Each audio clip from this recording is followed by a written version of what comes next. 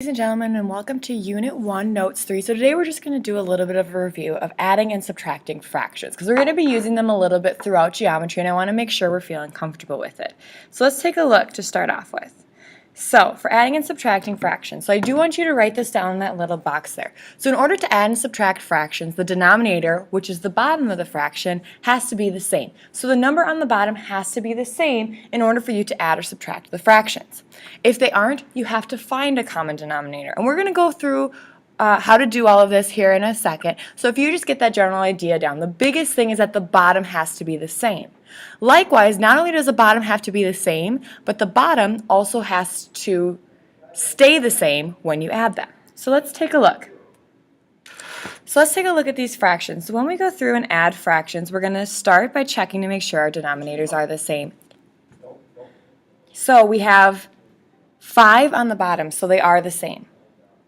Okay, so then we have the numerators on top. So since the bottom is the same, we have a 5, and I'm going to keep that on the bottom. Then we can go ahead and we can add the numerators. So when we add the fraction, we keep the denominator the same, and we add the numerators. 1 plus 3 is going to give us 4.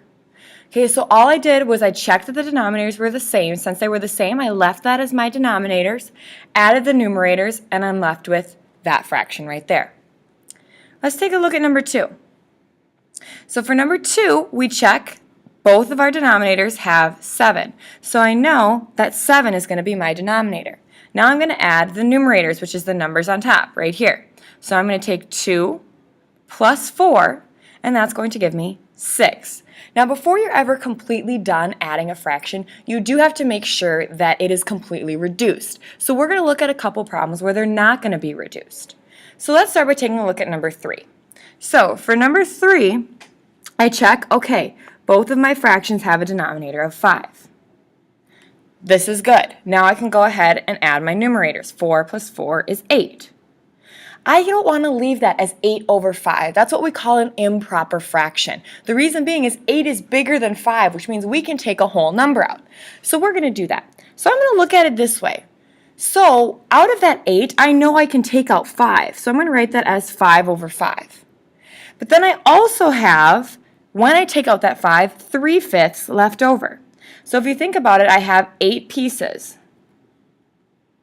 Okay, so I have 8 pieces, and I'm going to take out 5 of them, and when I do that, I'm left with 3. So you know this from math in the past that 5 over 5 is 1. 5 over 5 is 1. And then we're just going to write that with our fraction that's left over. So we figured out how many whole numbers we have, and then what fraction is left over after that. So that right there is our final answer. I want you guys to try number 4 on your own. There's actually not that much simplifying. The denominators are the same, so the only difference is you're going to be subtracting the numerators. So go ahead and try that one on your own. Let's take a look at number 5. So for number 5, the first thing we want to do is check that our denominators are the same, which they're not. So we have to make them the same. So what I want to do is I want to think about the biggest number that 5 and 3 have in common. Well, 3 we go 3, 6, 9, 12, 15. Well, I know that 5 and 15 are in common, so I'm going to shoot for a denominator of 15. So the first thing I'm going to ask myself is how can I take 5 and make it 15? Well, I can take 5 and make it 15 by multiplying by 5. So I have the fraction 3 over 5. What I'm going to do is I'm going to multiply by 3 over 3. Now when I multiply by 3 over 3, that's the same thing as multiplying by 1. But that is going to give us a denominator of 15. Next, taking a look at 2 over 3. Okay, so for 2 over 3, we want to get that denominator to be 15. So to take 3 to get to 15, we need to multiply by 5.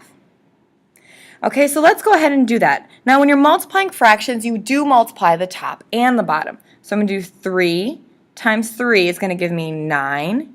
5 times 3 is 15. And then 2 times 5 is 10. 3 times 5 is 15. So now I have the same denominator, so I can go ahead and add. Now remember, when you're adding fractions, you keep the denominator the same. 9 plus 10 is 19.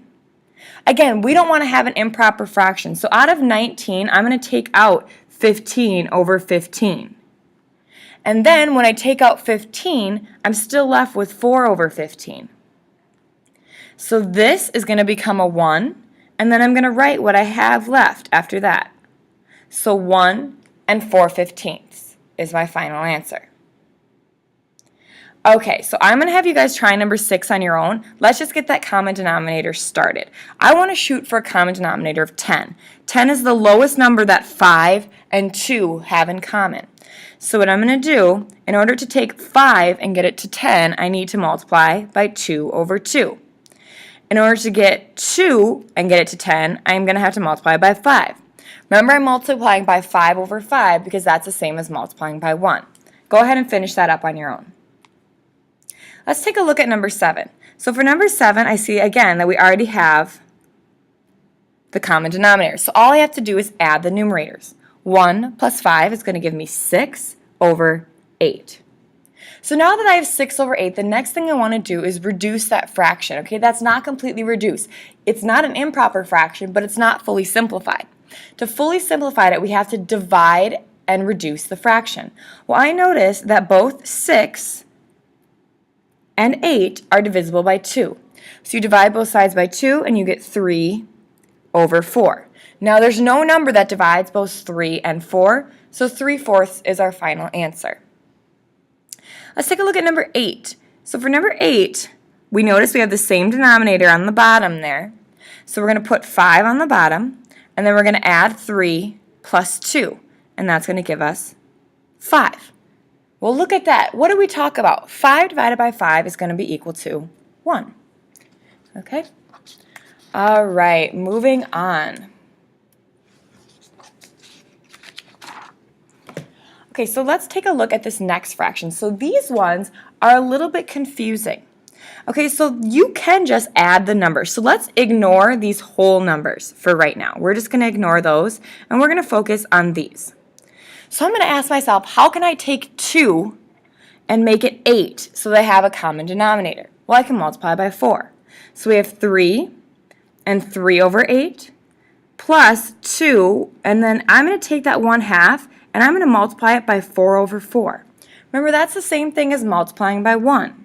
So I have 3 and 3 over 8 plus 2. Now I'm going to multiply across that fraction. So I'm going to do 1 times 4 is 4.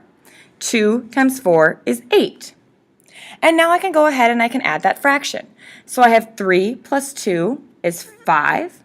3 plus 4 is 7. And then remember, you keep the denominator the same when you add fractions. So you end up with 5 and 7/8. Let's take a look at number 10. So for number 10, we want to figure out how we can take this 4 and make it 8. Well, we can multiply it by 2. So again, I'm going to ignore that number on the outside. So I have 3 over 4, and I'm going to multiply it by 2 over 2, because that's going to give me the 8. And I can keep the 8 the same, because that's what I'm shooting for my common denominator. So I have 11. 3 times 2 is 6. 4 times 2 is 8. So subtract those. And remember, we're subtracting here. Okay? So 11 minus 4 is going to give me 7. 6 minus 5 is going to give me 1. And I'm going to keep my denominator the same. So my answer there is 7 and 1/8. Remember, if you feel like I'm going too fast, you can rewind it, or definitely feel free to ask me questions yourself. So let's take a look at number 11. So for number 11, I want to figure out how I can take 6, so how I could take 2 and make it 6. Well, to get from 2 to 6, I need to multiply by 3. So I have 4 over 5/6 minus 2 times 1/2, so I need to multiply both sides by 3. So here I have 4 and 5/6 minus 2, so I'm going to do 1 times 3, which is 3, 2 times 3, which is 6. So now I can go ahead and I can subtract those. Okay, so 4 minus 2, subtracting those whole numbers, 4 minus 2 is 2. 5 minus 3 is 2 divided by 6. So that's our answer, but it's not fully simplified. So what I have to do is I have to reduce this 2 over 6 fraction. Both of them are divisible by 2, so I'm going to end up with 1/3. I want you guys to go ahead and try to figure out number 12 on your own. My hint to you, the lowest common denominator between these two numbers is 20. So what can you multiply by 10 to get 20? What can you multiply by 4 to get 20? See if you can figure that out. Let's take a look at number 13. So for number 13, we want to find a common denominator between 3 and 10. And that common denominator is going to be 30. So we have 9 over 2 times 3. In order to take 3 and get to 30, I need to multiply by 10. And then we're going to keep our 4, and then we have 8 over 10. In order to go from 8 to 10, we have to multiply by 3.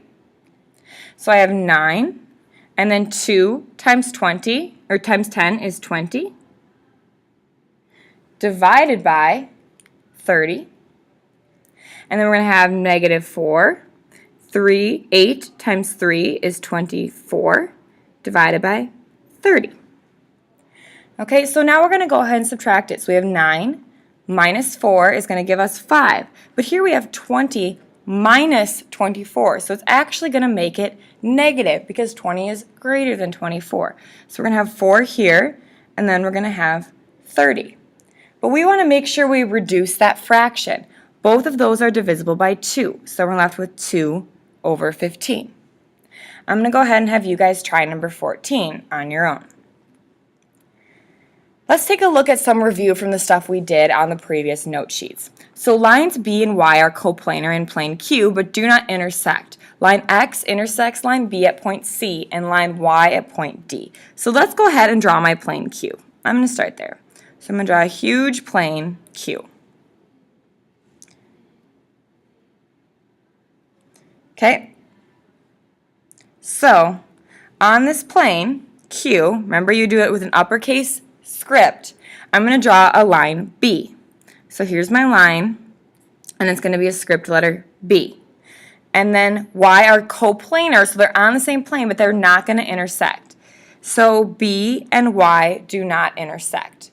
But then we have this line X that goes through the plane as well, and it intersects both of the lines. So here's my line, script X, and it intersects line B at point C. So that point right there is C. That point right there is D. So this is, again, just getting in and remembering how to do these kind of things. Next one, R and B intersect at X, Y. So we have two planes. I'm going to go ahead and draw them. I'm going to draw my first plane. My first plane is going to be a triangle. Here's my plane R. That's a triangle.